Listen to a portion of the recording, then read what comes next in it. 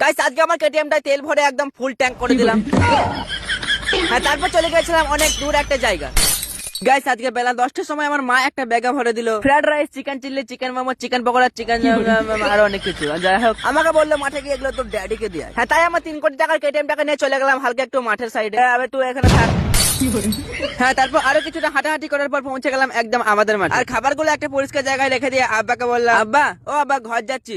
মাঠে এসে হালকা করে আমাকে সাহায্য করলে হয় না, আস্তে আস্তে ঘর যাবি। দাদা কদিন পরে এমনি তোকে ঘর থেকে বের করে দেবো।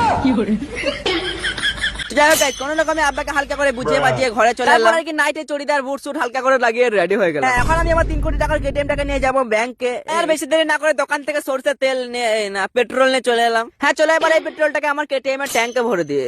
শালা ট্যাঙ্কটা খুলছে না, এই খুলে। আরে গাইস, তারপর আমার কেটিএম এর তেলটা ভরতে গিয়ে মনে পড়লো না আজকে আর আমার কেটিএম টাকে নিয়ে যাবো না। তাই আর কি সোজা চলে গেলাম আমার একটা দিদির বাড়ি। হ্যাঁ, আমার দিদিদের একটা স্কুটি আছে, ভাবলাম তেলটা স্কুটিতে ভরে স্কুটি নিয়ে যাবো আজ। আর হ্যাঁ, আমি কিন্তু একা যাইনি, আমার সঙ্গে ছিল আমার দিদির মেয়ে সাবিনা। রাস্তার 2 সাইডে গরু ছাগল হাঁস ছানা মুরগি ছানা দেখতে দেখতে ফাইনালি পৌঁছে গেলাম একটা SBI ব্যাংক। আমার অনেক টাকা হয়ে গেছে, ঘরে রাখা যাচ্ছে না, তাই একটা নতুন করে অ্যাকাউন্ট খুলবো।